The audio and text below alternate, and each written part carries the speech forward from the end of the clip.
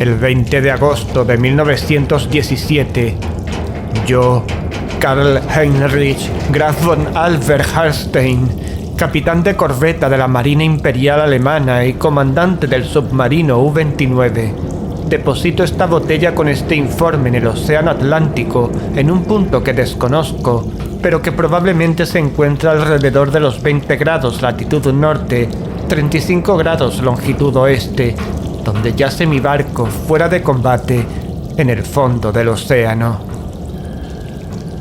Lo hago porque quiero que se sepan públicamente ciertos hechos insólitos, ya que con toda probabilidad no sobreviviré para poder darlos a conocer en persona, toda vez que las circunstancias que me rodean son tan amenazadoras como extraordinarias, entre las que se incluye no solo el U-29 inutilizado, sino también el derrumbamiento de mi férrea voluntad alemana de la manera más desastrosa.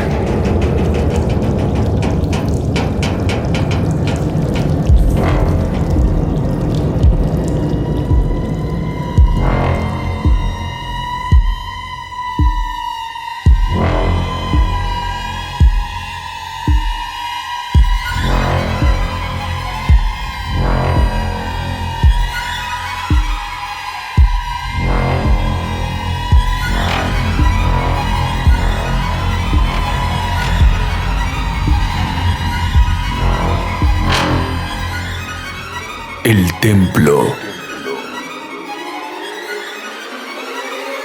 de Howard Phillips Lovecraft.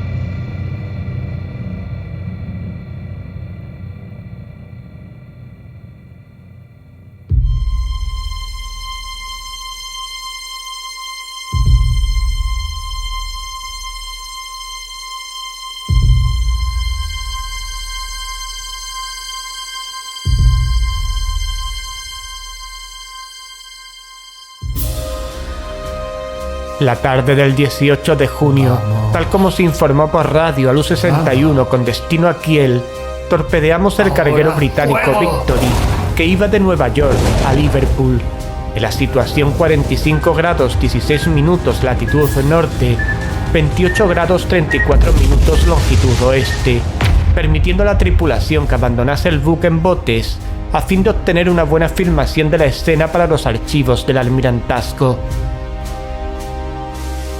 Hay que decir que el barco se hundió espectacularmente de proa, sacó la popa fuera del agua y se zambulló perpendicularmente hacia el fondo del mar. Nuestra cámara no perdió detalle, y siento que tan valiosa película no llegue jamás a Berlín. Después hundimos los botes salvavidas con nuestros cañones y nos sumergimos.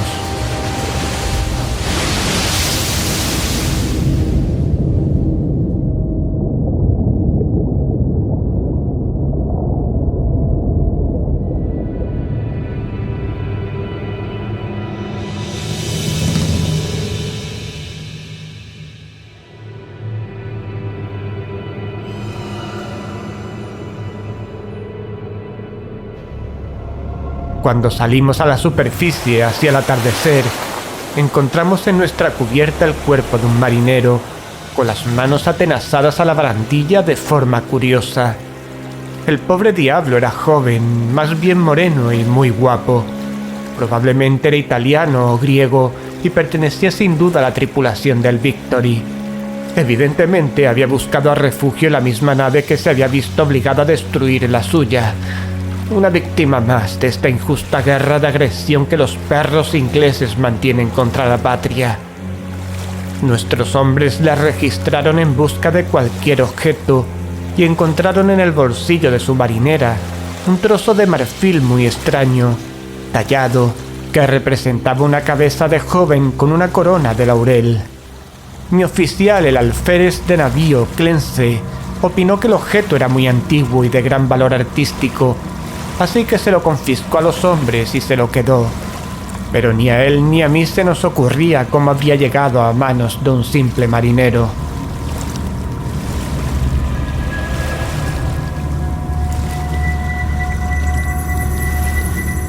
Al ser arrojado el muerto por la borda, ocurrieron 2 incidentes que causaron gran inquietud en la tripulación. Le habían cerrado los ojos al infeliz, pero al desprender su cuerpo de la barandilla se le volvieron a abrir, y muchos tuvieron la curiosa impresión de que miraron fijamente y como con burla a Smith y a Zimmer, que estaban inclinados sobre su cadáver. Al contramaestre Muller, hombre maduro que habría llegado más lejos de no haber sido un cochino y supersticioso alsaciano, les citó de tal modo esta impresión que siguió observando el cadáver en el agua y juró que tras sumergirse un poco, puso los brazos y las piernas en posición de nado y desapareció velozmente bajo las olas en dirección sur. A Clancy y a mí no nos gustaron estas muestras de ignorancia propias de paletos y amonestamos severamente a los hombres, especialmente a Muller.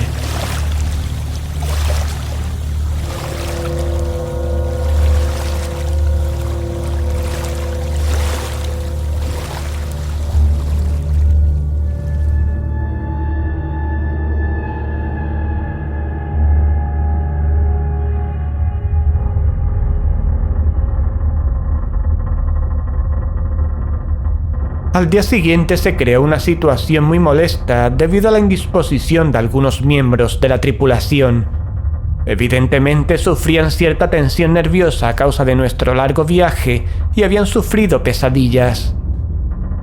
Algunos parecían completamente aturdidos y torpes, así que después de comprobar yo personalmente que su debilidad no era fingida, la relevé de sus obligaciones. El mar estaba algo encrespado, de modo que descendimos a una profundidad en la que el oleaje era menos molesto. Aquí reinaba una calma relativa, pese a cierta misteriosa corriente en dirección sur que no logramos localizar en nuestras cartas oceanográficas. Los lamentos de los enfermos eran decididamente molestos, pero puesto que no parecían desmoralizar al resto de la tripulación, no recurrimos a medidas extremas. Nuestro plan era permanecer donde estábamos e interceptar el transatlántico Dacia, mencionado en la información de nuestros agentes de Nueva York.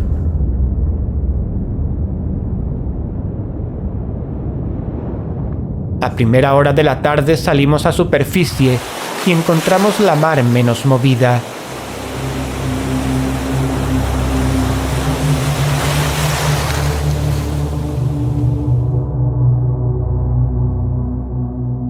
El humo de un barco de guerra apareció en el horizonte, pero la distancia y nuestra habilidad para sumergirnos evitaron todo peligro. Lo que más nos preocupaba eran las cosas que decía el contramaestre Muller, cada vez más incoherentes a medida que se iba haciendo de noche. Se encontraba en un lamentable estado de puerilidad, balbuceaba insensateces y hablaba de muertos que pasaban por delante de las portillas sumergidas, de cadáveres que le miraban fijamente a los que él reconocía a pesar de los hinchados que estaban, ya que los había visto ahogarse durante nuestras victoriosas hazañas germanas. Y decía que el joven que habíamos arrojado por la borda iba a la cabeza. Esto resultaba sumamente horrible e insensato, así que ordenamos que le encerrasen y le administrasen una sana ración de latigazos.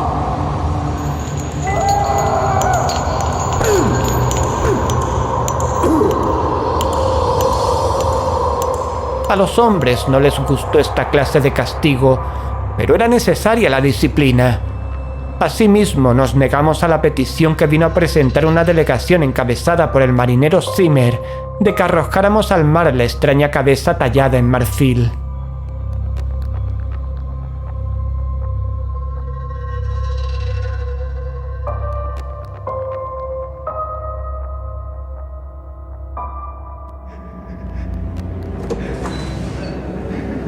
El 20 de junio, los marineros Baum y Smith, que habían caído enfermos el día anterior, se volvieron locos violentos. Lamenté no tener un médico entre nuestros oficiales, ya que las vidas alemanas son preciosas, pero los constantes delirios de los 2 hombres sobre una terrible maldición trastornaban enormemente la disciplina, así que tomamos drásticas medidas. La tripulación aceptó el hecho con osquedad, pero pareció serenar a Muller, que en adelante no volvía a causar problemas.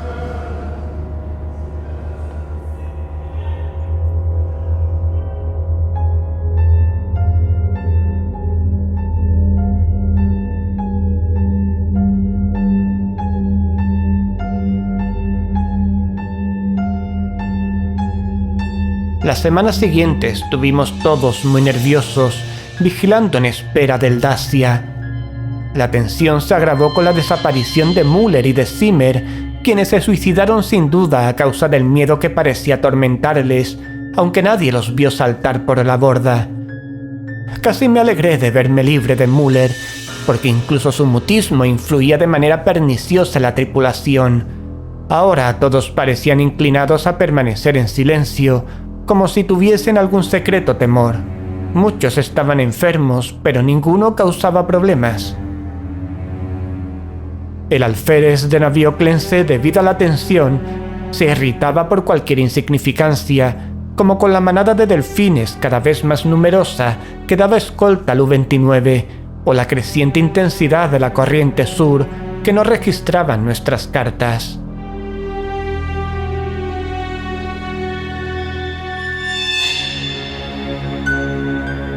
Por último, se hizo evidente que habíamos perdido el Dacia por completo. Estos fracasos no son infrecuentes, y nos sentimos más contentos que decepcionados, ya que había orden de regresar a Wilhelmshaven. A las 12 horas del 28 de junio pusimos rumbo nordeste, y a pesar de embarullarnos cómicamente con la inusitada multitud de delfines, no tardamos en encontrarnos en ruta.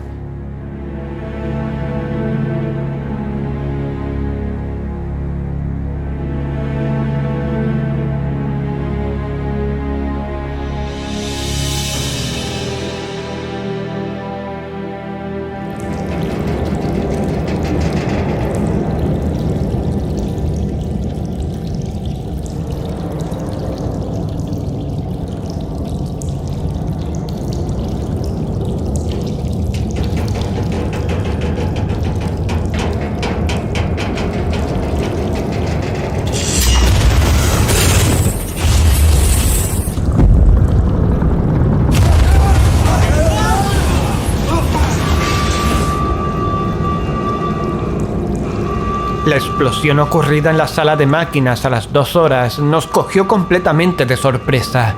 No se había observado ninguna anomalía en la maquinaria, ni negligencia alguna por parte de los hombres. Sin embargo, inesperadamente, la nave se estremeció de punta a punta a causa de la tremenda sacudida.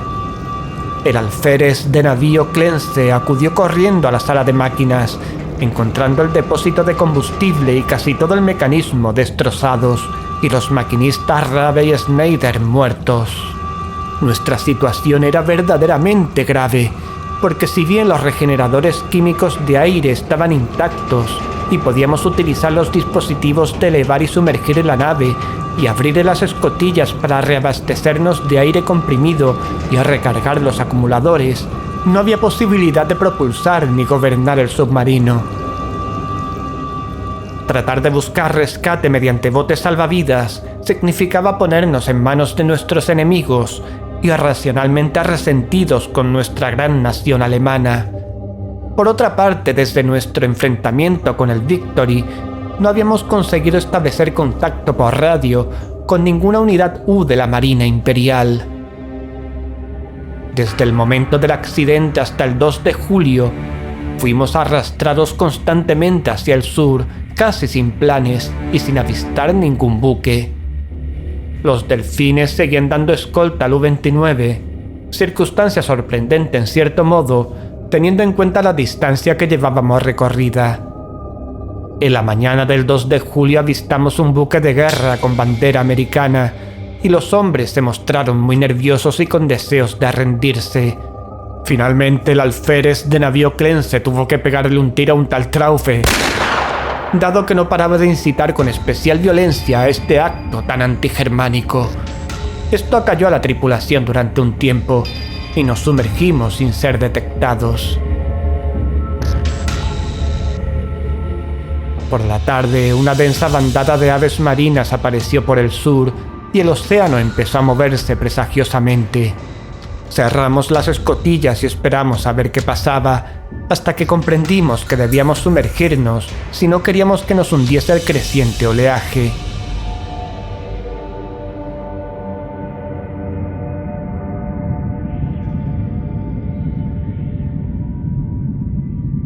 Cada vez teníamos menos presión de aire y electricidad, y tratábamos de evitar el uso innecesario de nuestros escasos recursos mecánicos.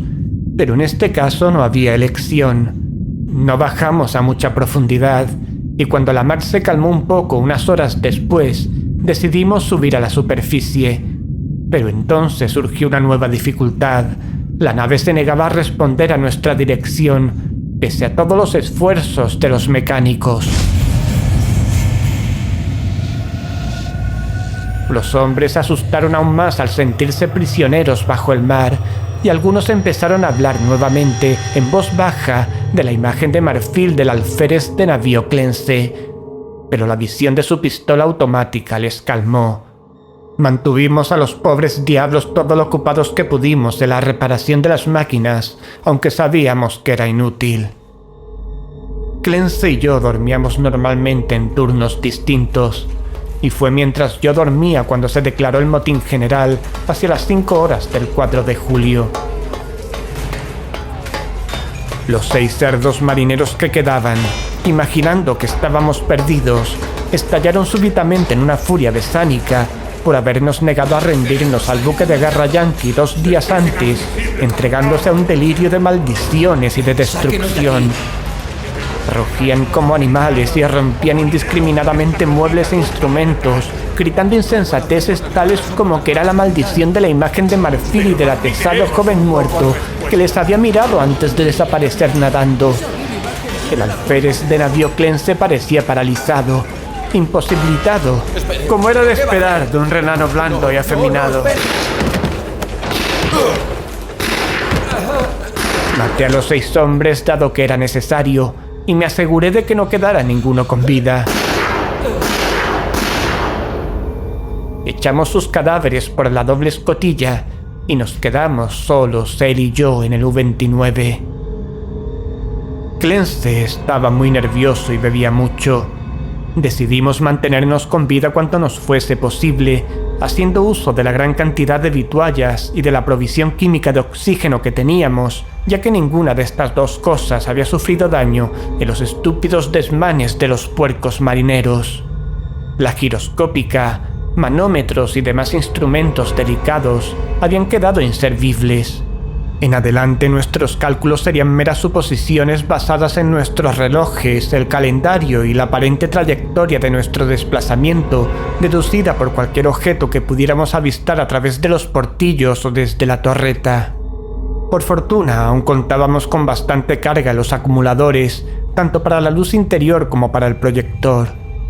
De cuando en cuando barríamos con el haz de luz los alrededores de la nave, pero no veíamos más que delfines nadando paralelamente a nosotros. Me sentí científicamente interesado por estos delfines, pues aunque el Delphinus delphis común es un mamífero cetáceo incapaz de subsistir sin aire, estuve observando a uno de estos nadadores durante 2 horas, y no vi que mostrara el menor deseo de subir a la superficie.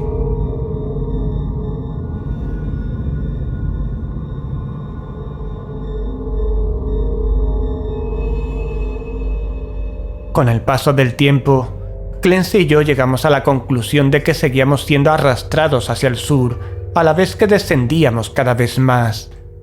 Observamos la fauna y la flora marinas, y consultamos bastantes detalles sobre esta cuestión en los libros que yo traía conmigo para los momentos de ocio. No pude por menos de notar, sin embargo, la poca preparación científica de mi compañero. No tenía una mentalidad prusiana, de modo que era propenso a fantasías y especulaciones sin fundamento alguno. La certeza de nuestra muerte inminente le afectó de manera curiosa, y rezaba a menudo en arrepentimiento por los hombres, mujeres y niños que había enviado al fondo del mar, olvidando que todo lo que supone un servicio al Estado alemán es una acción noble. Al cabo de cierto tiempo, sufrió un notable desequilibrio, y permanecía horas y horas mirando la imagen de marfil y murmurando fantásticas historias sobre cosas perdidas y olvidadas bajo la mar. A veces, a modo de prueba psicológica, le hacía hablar de todos estos desvaríos y escuchaba sus interminables citas poéticas y relatos de barcos hundidos. Me daba mucha lástima su estado, ya que me desagrada ver sufrir a un alemán, pero no era persona con la que valiera la pena morir. En cuanto a mí, era un hombre orgulloso, consciente de que la patria honraría mi memoria y de que mis hijos serían educados para que fuesen como yo.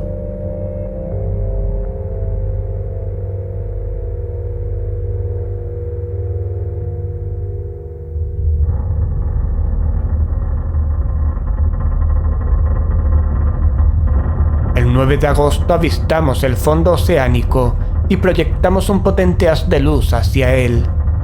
Era una inmensa llanura ondulada, cubierta en su mayor parte de algas y salpicada de conchas y pequeños moluscos. De trecho en trecho se veían objetos verdosos de misteriosos contornos, cubiertos de algas e incrustados de percebes. Clence afirmaba que sin duda eran barcos antiguos hundidos. Hubo una cosa que le dejó perplejo. Un pico sólido que emergía casi unos 4 pies del lecho del océano. Tenía unos 2 pies de grosor y los lados planos.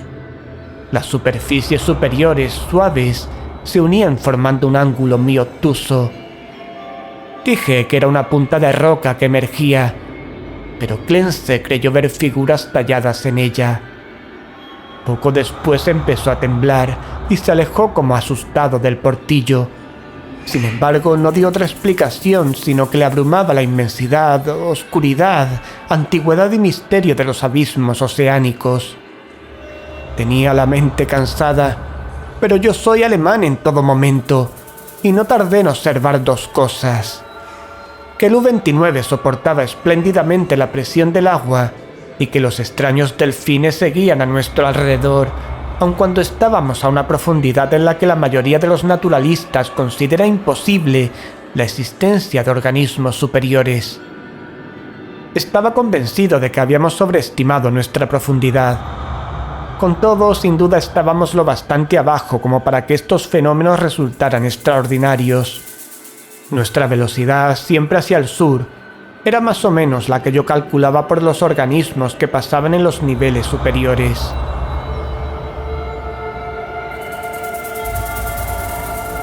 A las 3:15 del 12 de agosto, el pobre Clence se volvió completamente loco.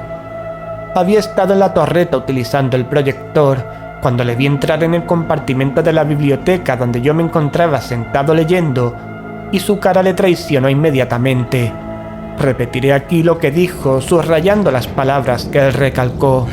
¡Él está llamando! ¡Él está llamando! ¡Le oigo! ¡Tenemos que ir! Mientras hablaba, cogió la imagen de marfil de encima de la mesa, se la guardó en el bolsillo y me agarró del brazo con intención de llevarme escaleras arriba, hacia cubierta. Enseguida me di cuenta de que pretendía abrir la escotilla y que saliéramos los dos al agua exterior. Extravagancia suicida y homicida a la que yo no estaba dispuesto. Al echarme atrás y tratar de calmarle, se puso más violento y exclamó: ¡Vamos ahora! ¡No esperemos a más tarde! Es mejor arrepentirse y ser perdonado que desafiar y ser condenado. ¿Pero qué pretende, Clence? Está usted loco. ¡Loco de remate! Si sale usted... Si estoy loco, es una suerte. Que los dioses tengan piedad del hombre que, en su insensibilidad, permanece sano hasta su espantoso fin. Ven y enloquece, ahora que él nos llama con misericordia. Esta explosión parecía aliviar la presión de su cerebro, porque seguidamente se mostró mucho más dócil y me pidió que le dejase ir solo si no quería acompañarle. Me di cuenta enseguida de qué era lo que debía hacer. Aunque era alemán, tan solo era un renano de lo más ordinario, y ahora se había convertido en un loco potencialmente peligroso. Accediendo a su petición suicida, me libraría inmediatamente del que ya no era mi compañero, sino una amenaza. Le pedí que me diese la imagen de marfil, pero mi petición provocó en él una risa tan inusitada que no insistí. Entonces le pregunté si quería dejar algún recuerdo o bucle de pelo para su familia en Alemania, en caso de que yo fuese rescatado. Pero nuevamente se echó a reír. De modo que cuando subió por la escala fui a los mandos, y después de los intervalos de tiempo adecuados, hice funcionar el mecanismo que iba a acabar con su vida.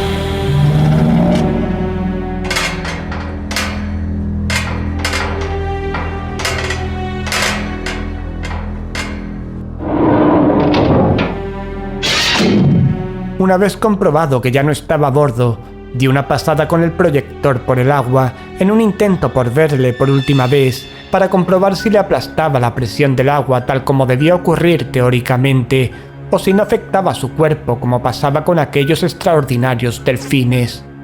Sin embargo, no conseguí ver a mi difunto compañero, ya que los delfines se apelotonaban en torno al submarino, oscureciendo los alrededores de la torreta. Esa noche sentí no haberme apoderado disimuladamente de la imagen de marfil del bolsillo del pobre Clense, porque me fascinaba su recuerdo. No podía olvidar aquella cabeza joven y hermosa con su corona de hojas, aunque no poseo talante artístico. También sentía no tener con quien conversar. Era mejor tener a Clense, aunque no estuviera a mi altura intelectual, que a nadie. Esa noche no dormí bien, preguntándome cuándo me llegaría el fin. Evidentemente había muy pocas probabilidades de que me rescataran.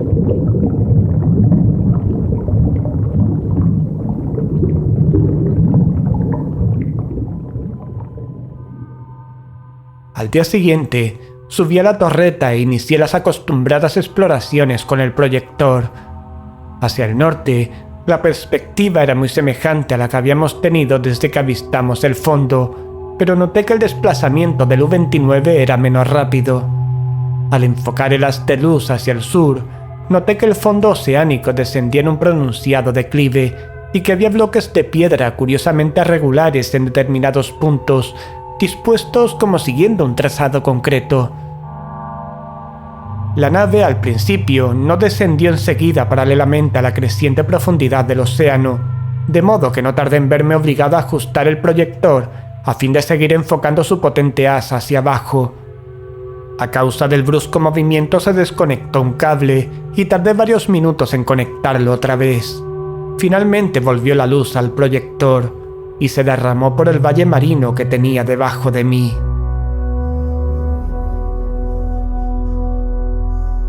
No soy propenso a dejarme llevar por emociones de ninguna clase, pero mi asombro fue muy grande cuando vi lo que el haz de luz eléctrica iluminaba.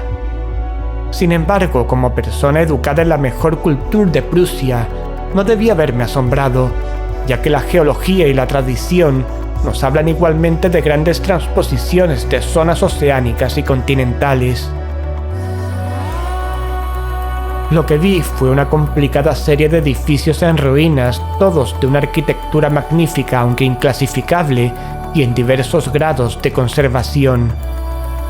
La mayoría parecía ser de un mármol que brillaba blanquecino bajo los rayos del proyector, y el trazado general correspondía a una gran ciudad enclavada en el fondo de un estrecho valle, con numerosos templos y villas diseminados por las empinadas laderas. Había tejados hundidos y columnas caídas, pero aún reinaba un aire de esplendor inmensamente antiguo que nada era capaz de borrar.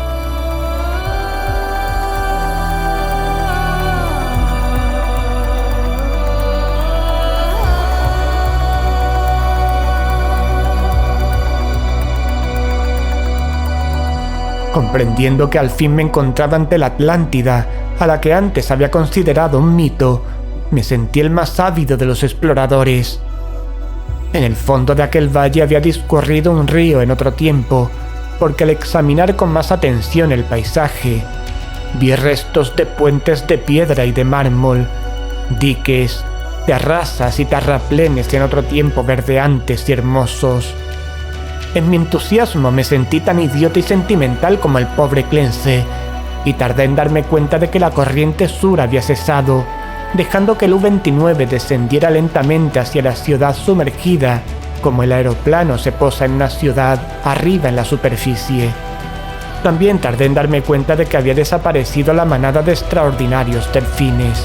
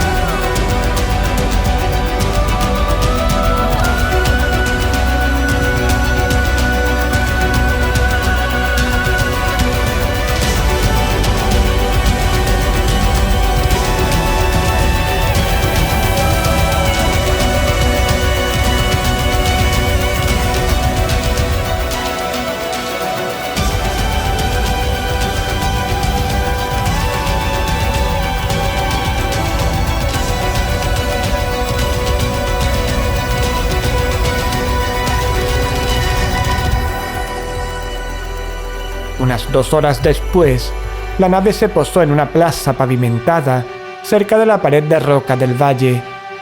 A un lado pude ver la ciudad entera que descendía hacia la plaza hasta el borde del antiguo río. Al otro, y sorprendentemente cerca, me encontré ante un edificio ricamente ornamentado y muy bien conservado. Evidentemente era un templo excavado en la roca.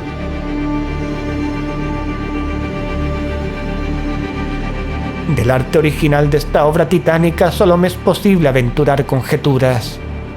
La fachada, de inmensas proporciones, cubre al parecer una oquedad continua, ya que sus ventanales son numerosos y están ampliamente distribuidos. En el centro se abre un gran pórtico al que se llega por una escalinata de impresionantes peldaños, y el cual se encuentra rodeado de exquisitos relieves que representaban como figuras de bacantes. Delante se alzan las grandes columnas y el friso, decoradas ambas con esculturas de indescriptible belleza. Evidentemente representan escenas pastoriles idealizadas y procesiones de sacerdotes y sacerdotisas portando extraños objetos ceremoniales en adoración de un dios radiante. El arte es prodigiosamente perfecto, de concepción sensiblemente helénica, si bien está dotado de una extraña personalidad. Comunica una impresión de terrible antigüedad, como si se tratase no de un inmediato antecesor del arte griego, sino del más remoto. No me cabe duda de que cada elemento de esa obra imponente está esculpido en una ladera de roca virgen de nuestro planeta, aunque no puedo imaginar cómo excavaría en su interior. Quizá proporcionase el hueco principal a alguna caverna o serie de cavernas. Ni el tiempo ni la inmersión han deteriorado la pristina grandeza de este templo terrible, porque sin duda se trata de un templo. Y hoy, miles de años después, descansa inmaculado e inviolado en la noche interminable y el silencio del abismo oceánico. No puedo calcular las horas que pasé contemplando la ciudad hundida con sus edificios, arcos, estatuas y puentes, y el colosal templo con su belleza y su misterio. Aunque sabía que mi muerte estaba cerca, me consumía la curiosidad, y seguí moviendo el proyector ansioso por ver. El haz de luz me permitía apreciar muchos detalles, pero no lograba revelar nada más allá de la puerta del templo tallado en la roca. Un rato después apagué, consciente de que debía ahorrar energía. Los rayos ahora eran sensiblemente más débiles que las semanas de navegación a la deriva, y como acuciado por la inminente privación de la luz, me aumentó el deseo de explorar los secretos de las aguas. Como alemán, debía ser el primero en pisar esos caminos olvidados durante milenios. Saqué y examiné una escafandra de grandes profundidades de metal articulado y probé la luz portátil y el regenerador de aire. Aunque sería difícil manejar yo solo la doble escotilla, pensé que podía salvar todos los obstáculos con mi habilidad científica y caminar efectivamente por esa ciudad muerta.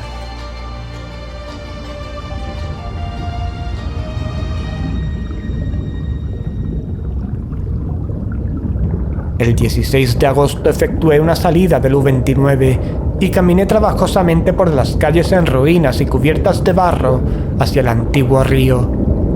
No encontré esqueletos ni restos humanos, aunque coseché una enorme riqueza arqueológica en esculturas y monedas.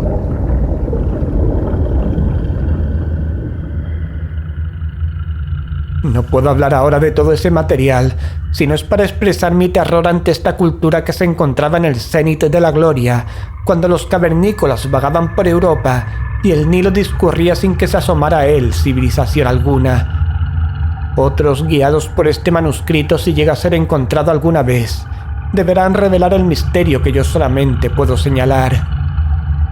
Volví a la nave dado que mis baterías se debilitaban, aunque decidido a explorar el templo de roca al día siguiente.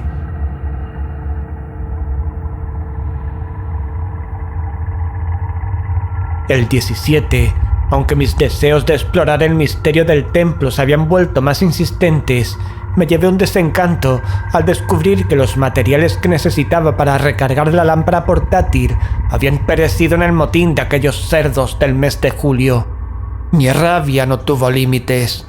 Sin embargo, mi sentido común alemán no me permitía aventurarme a entrar sin las condiciones adecuadas en un recinto completamente en tinieblas que podía resultar la madriguera de algún indescriptible monstruo marino o un laberinto de cuyos pasadizos me fuera luego imposible salir. Todo lo que podía hacer era enfocar el proyector del U-29, acercarme hasta la puerta con su ayuda y examinar los relieves exteriores. El haz de luz entraba por el pórtico en ángulo ascendente, de modo que me asomé para ver si lograba descubrir algo, aunque fue en vano. Ni siquiera se veía el techo, y aunque di un paso o dos hacia el interior, después de tantear el piso con un palo, no me atreví a seguir. Además, por primera vez en mi vida experimenté la emoción del miedo. Empezaba a comprender cómo se habían originado algunos de los estados de ánimo del pobre Clense, ya que a medida que el templo me iba atrayendo cada vez más, sentí un terror ciego y creciente hacia sus abismos acuosos. Apagué las luces y me senté a meditar en tinieblas. Ahora debía ahorrar electricidad para las emergencias.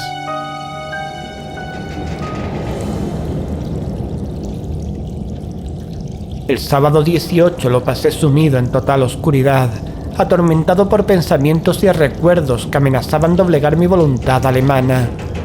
Clense se había vuelto loco y había perecido antes de llegar a este vestigio siniestro de un pasado abominablemente remoto, y me había aconsejado que me fuese con él. ¿Acaso el destino preservaba mi razón solo para arrastrarme irresistiblemente a un final más horrible e impensable de lo que haya podido soñar nadie? Evidentemente tenía los nervios agotados. Debía desechar estas ideas propias de un hombre débil. La noche del sábado no me podía dormir y encendí las luces sin preocuparme por lo que pasara después. Era una lástima que la electricidad no durase lo mismo que el aire o las provisiones. Volví a pensar en recurrir al suicidio y examiné mi pistola. Hacia el amanecer, debí de quedarme dormido con las luces encendidas, ya que ayer tarde me desperté completamente a oscuras para encontrarme con que los acumuladores se habían agotado. Encendí varias cerillas una detrás de otra y lamenté con desesperación la imprevisión que nos hizo gastar las pocas velas que llevábamos.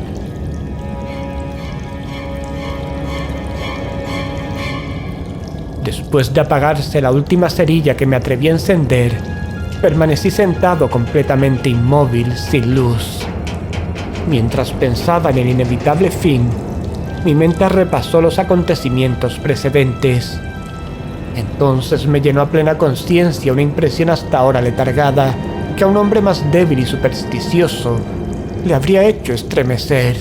La cabeza del dios radiante de las esculturas del templo de roca es idéntica al trozo de marfil tallado que el marinero muerto sacó del mar y que el pobre Clense devolvió. Me quedé un poco aturdido ante esta coincidencia, pero no sentí miedo. Solo el pensamiento inferior se apresura a explicar lo singular y lo complejo mediante el recurso primitivo del sobrenaturalismo. La coincidencia resultaba extraña, pero yo tenía una razón demasiado sana para relacionar circunstancias que no admiten una conexión lógica o asociar de manera extraña. los desastrosos acontecimientos que desde el hundimiento del Victory habían conducido a mi presente situación crítica. Comprendiendo que necesitaba descansar, tomé un sedante a fin de procurarme un poco más de sueño. Mi estado de nervios se reflejó en mis pesadillas, ya que me pareció oír gritos de personas ahogándose y ver sus rostros apretados contra el cristal de los portillos de la nave. Y entre las caras muertas estaba el semblante burlesco y vivo del joven de la imagen de marfil.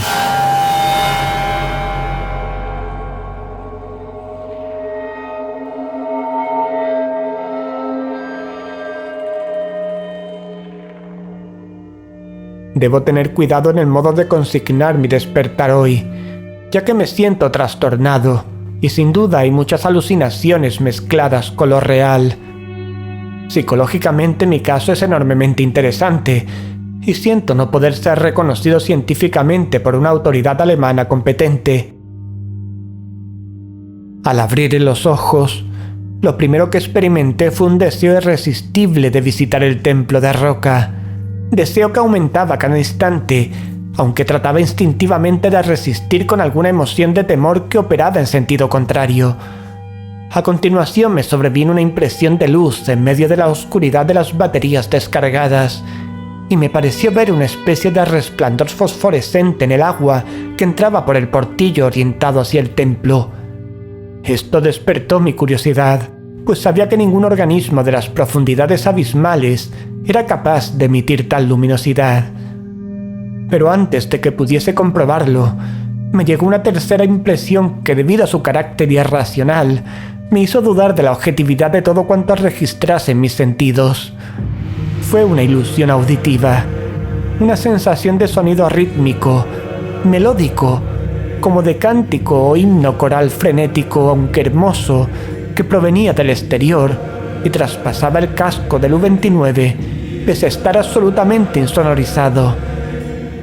Convencido de mi anormalidad psicológica y nerviosa, encendí algunas cerillas y me tomé una fuerte dosis de bromuro sódico, que pareció calmarme hasta el extremo de disipar esa ilusión de sonido. Pero seguía la fosforescencia y me costó trabajo reprimir el infantil impulso de ir a la portilla a averiguar su causa. Era espantosamente realista, hasta el punto de que podía distinguir los objetos familiares que me rodeaban, así como el vaso vacío del bromuro, del que no tenía impresión visual alguna del sitio donde lo había dejado. Esta última circunstancia me hizo reflexionar. Crucé el compartimento y toqué el vaso. Efectivamente estaba en el lugar donde me parecía verlo. Ahora sabía que la luz era o bien real o parte de una alucinación tan fija y coherente que no podía esperar que se disipase. De modo que, renunciando a toda resistencia, subí a la torreta con intención de averiguar cuál era el agente luminoso. Sería en realidad otra nave U y me brindaría la posibilidad de rescatarme. Conviene que el oyente no acepte como verdad objetiva nada de cuanto sigue. Dado que los acontecimientos trascienden la ley natural, han de ser necesariamente creaciones subjetivas e irreales de mi mente sobreexcitada. Al llegar a la torreta descubrí el mar en general muchísimo menos luminoso de lo que esperaba. No había fosforescencia alguna vegetal ni animal, y la ciudad que descendía hacia el río era invisible en las tinieblas. Lo que vi no era espectacular, no era grotesco ni aterrador. Sin embargo, me hizo perder el último atisbo de confianza en mi conciencia. La puerta y los ventanales del templo subacuático tallado en el monte de roca se encuentran vívidamente iluminados por un resplandor vacilante que parece proceder de las llamas poderosas de un altar que se situará en lo más profundo de su interior.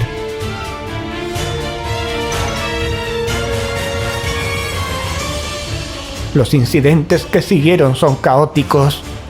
Mientras observaba el pórtico y los ventanales misteriosamente iluminados, sufrí las visiones más extravagantes, visiones tan insensatas que no me es posible siquiera consignarlas.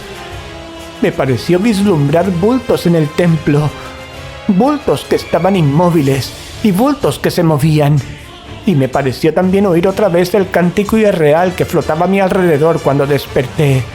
Y por encima de todo, despertaron en mí pensamientos y temores que giraban en torno al joven del mar y la imagen de marfil, cuya talla era reproducción de los frisos y columnas del templo que tenía ante mí. Pensé en el pobre Clense y me pregunté dónde descansaría con aquella imagen que había devuelto al mar. Él me había advertido que se había vuelto loco ante dificultades que un prusiano es capaz de soportar perfectamente. El resto es muy simple. Mi impulso a visitar y entrar en el templo se ha convertido ya en una orden inexplicable e imperiosa a la que finalmente no me puedo resistir. Mi voluntad alemana no es capaz de controlar mis actos, y la abolición es posible en adelante solo cuando se trate de cuestiones sin importancia. Semejante locura es la que arrastró a la muerte al pobre Clense, sin escafandra ni protección alguna en el océano. Pero yo soy prusiano y hombre con sentido común, y utilizaré hasta el final la poca voluntad que me queda.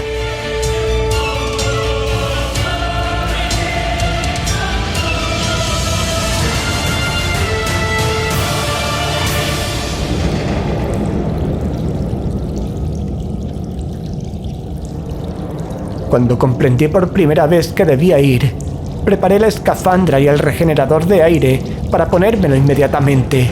Acto seguido comencé a grabar esta crónica apresurada con la esperanza de que llegue al mundo alguna vez.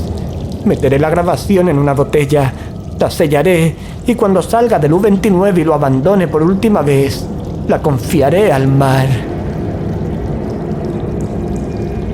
No tengo miedo, ni siquiera de las predicciones del loco Clense. Lo que he visto no puede ser cierto, y sé que esta locura de mi propia voluntad puede conducirme a la asfixia todo lo más cuando el aire se termine. La luz del templo es una pura alucinación, así que moriré serenamente como alemán en las negras y olvidadas profundidades. Esa risa demoníaca que oigo es tan solo producto de mi cerebro debilitado. Me pondré cuidadosamente el traje y subiré intrépidamente la escalinata de ese santuario primordial, de ese mudo secreto de las aguas insondables y de los tiempos inmemoriales.